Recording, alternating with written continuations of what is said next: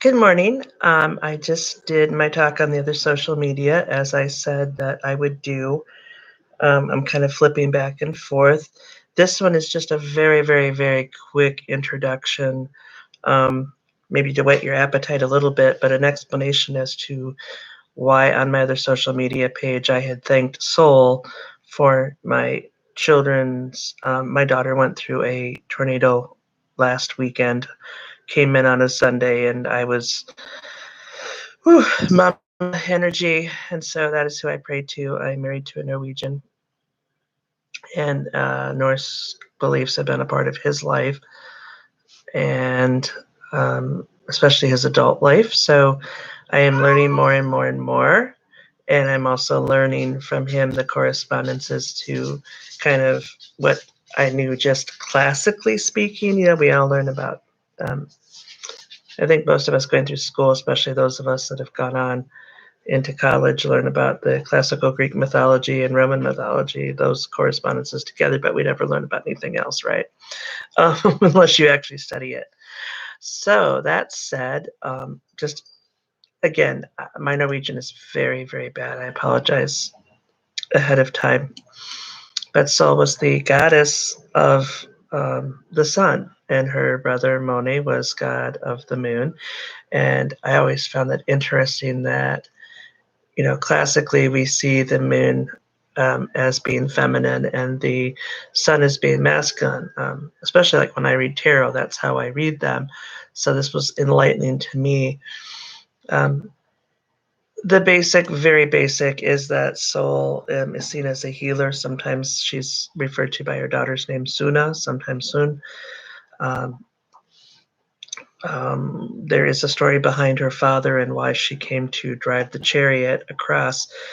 And again, I think as we study different mythos and belief systems, that we see these correspondences that have been there, whether it's Ra pulling across the sun, or Apollo and so forth, Helios, um, and further back ancient Sumeria. That this same belief.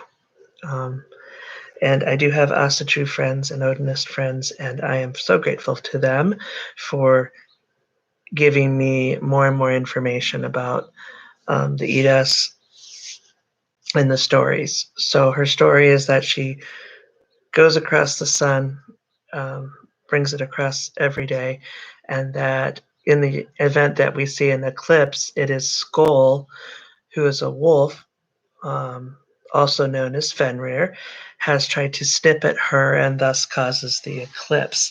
The belief is that one day she'll be completely consumed by Skoll, aka Fenrir, and we will have a new sun, her daughter, and that will bring in an era of um, kind of peace and contentment and a better world. Um, I just find this fascinating because she just happened to be, at a glance when I asked the kid's dad, like, okay, your stepdaughter's going through this. What do we do? Who do I pray to? And that's who I prayed to, was Soul, because that was her day, and asked her to please look after my daughter.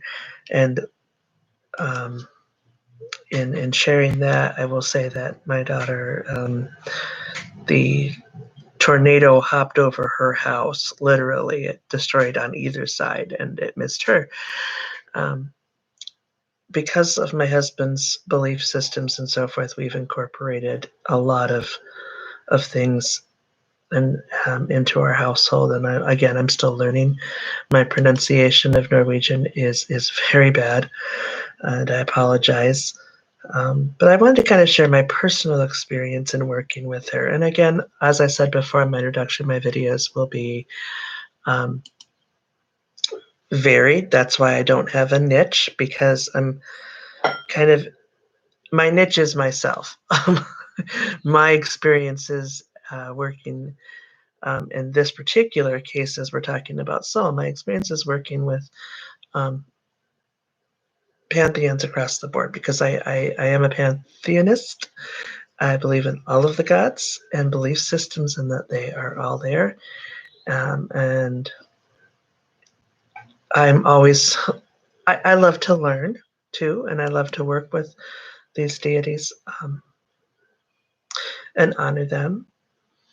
So if you have more to add, please do so in the comments. I'm sure that anybody that watches this will want to see some of that, because interestingly enough, her husband Glenn, I believe one of the sites that I was looking at in preparing to talk a little about this, that her husband's name could also be pronounced Glennar. Um, but one said it meant gold, another one said it meant opening of the clouds, and another one said that it meant shimmering or to shine. So I would be interested in someone who has done more studies on the Eras to please comment with kind of where those translations are. I guess very quickly, her chariot is pulled by two horses, Arvak, which translates into early riser, and Alsvin, which means swift. Again, if I have mispronounced this, I do apologize. Um, and if you have other translations or things that you know have been said, please feel free to share in the comments. I'm hoping that people are seeing these live things, even though they might see them later, because that would definitely be interesting to know how this is working. This is new for me. I have not done pre-recorded things in a very long time, based on the lack of technology that I have. But I do appreciate for people to fill me in. I'm so open to learning about all the different belief systems out there and where they get their names and their pronunciations and their meanings and where they come from and how to honor those gods and goddesses that protect us on a daily basis and teach us. I'm going to end now with that. It was short and sweet, less than 10 minutes. I wish you all a beautiful Sunday and Sabbath. Have a good one.